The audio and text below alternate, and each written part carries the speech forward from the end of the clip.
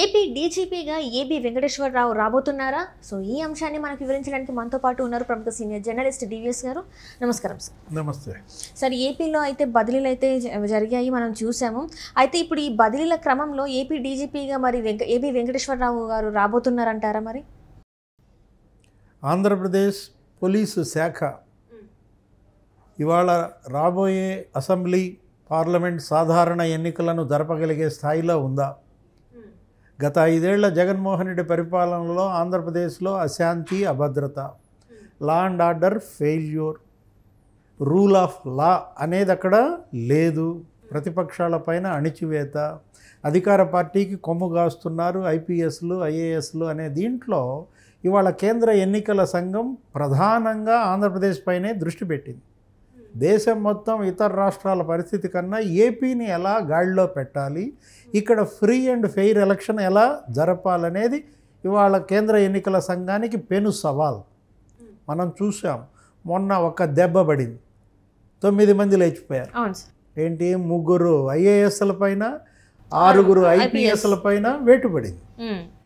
నిన్న AP BJP అధ్యక్షురాలు కేంద్ర ఎన్నికల సంఘానికి లేఖ రాశారు.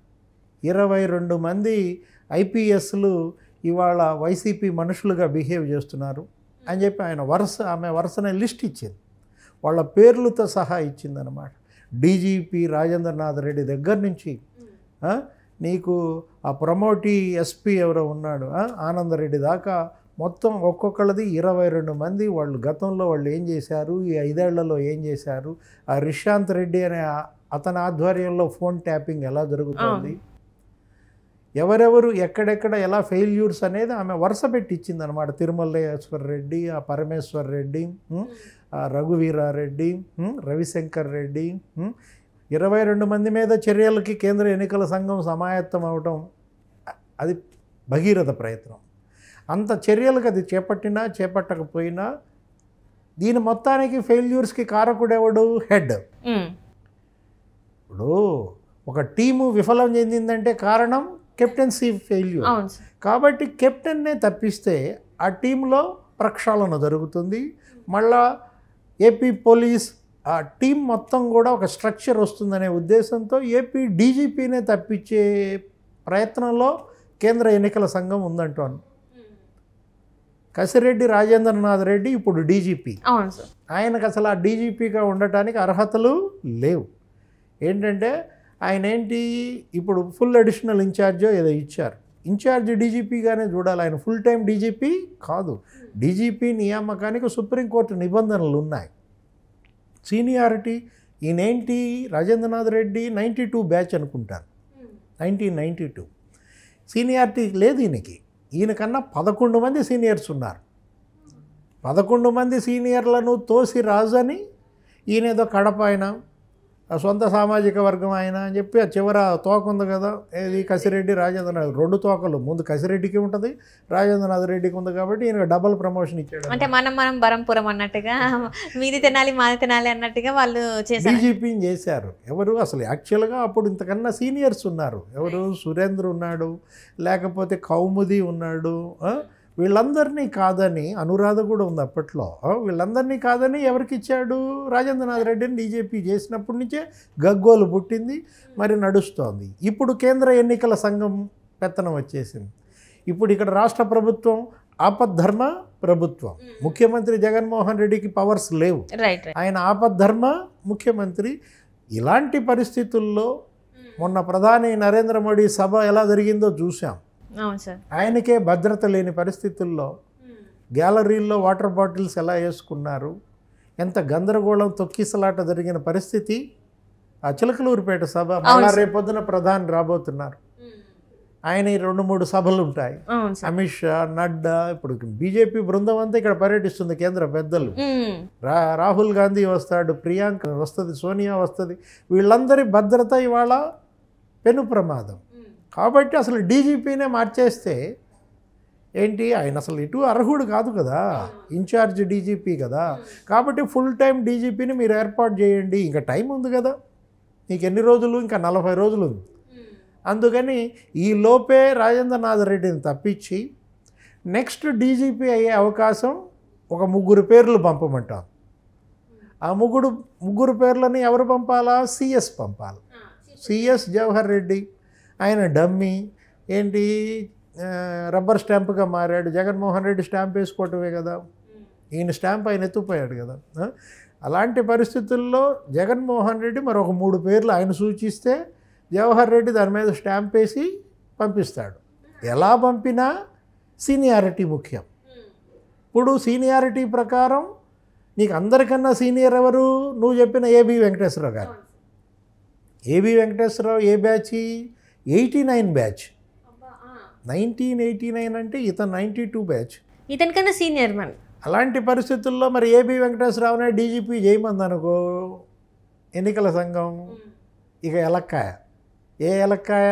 పచ్చి ఎలక్కాయ మింగినట్టే, నోట్లో పడ్డట్టే. ఎవరికి? జగన్మోహన్ రెడ్డికి, వైఎస్ఆర్ కాంగ్రెస్కి. ఎందుకంటే ఏబి వెంకటేశ్వరరావు తొలి బాధితుడు, జగన్మోహన్ రెడ్డికి మొదటి బాధితుడు ఆయనే అన్నమాట. ఎందుకని?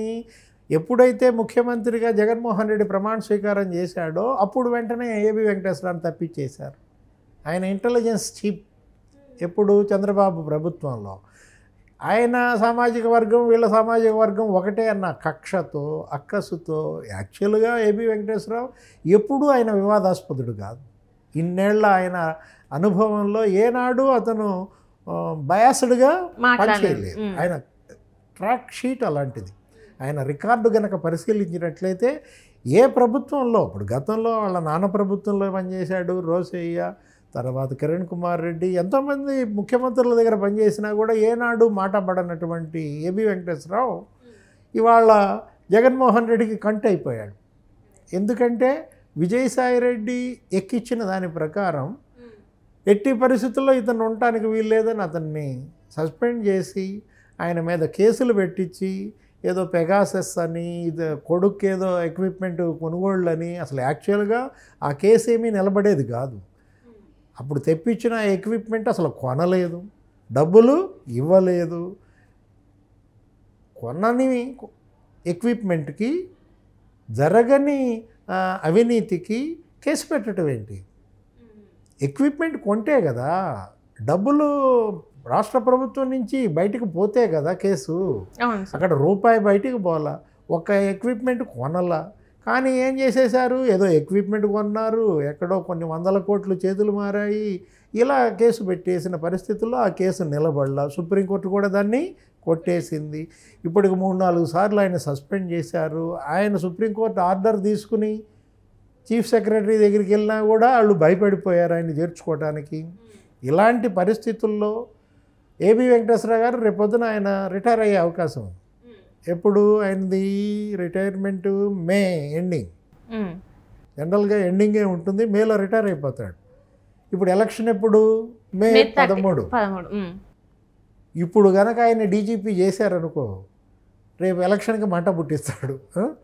వైఎస్ఆర్ కాంగ్రెస్ పార్టీకి చుక్కలు చూపిస్తాడనమాట. అంటే ఒక వైఎస్ఆర్ కాంగ్రెస్ పార్టీ అని కాదు, ఫ్రీ అండ్ ఫెయిర్ ఎలక్షన్కి దోహదపడతాడు. ఈ రౌడీ గ్యాంగులు, ఈ గుండాలు, ఈ అరాచక శక్తులు, ఈ ఫ్యాక్షనిస్టులు వీళ్ళ మీద ఉక్కు పాదం మోపుతాడు. ఇన్నాళ్ళు ఇంత అనుభవం ఉన్న వ్యక్తి కాబట్టి మరి అతనికి పోలీస్ శాఖ మొత్తం ఆనుపానులన్నీ తెలుసు, ఎవరిని ఎక్కడ పెట్టాలో తెలుసు, ఎవరిని ఎక్కడ తొక్కాలో తెలుసు. కాబట్టి పొరపాటున కనుక కేంద్ర ఎన్నికల సంఘం విప్లవాత్మక నిర్ణయం తీసుకుని ఏబి వెంకటేశ్వరరావుని కనుక డీజీపీ చేస్తే ఖేల్ ఖతం. ఎవరి ఖేల్ ఖతం? వైసీపీ ఖేల్ ఖతం. దుకాన్ బంద్. ఎవరి దుకాన్ బంద్? జగన్మోహన్ రెడ్డి దుకాన్ బంద్. అదే సార్. అయితే రేపటి రోజున మనం చూడాలంటే ఈ వెంకటేశ్వరరావు గారు వస్తే మరి రేపు ఎన్నికలు ఎలా ఉంటాయి ఏంటి అనేది అయితే మరి వేచి చూడాలి sir. Right, thank you so much sir. నమస్తే.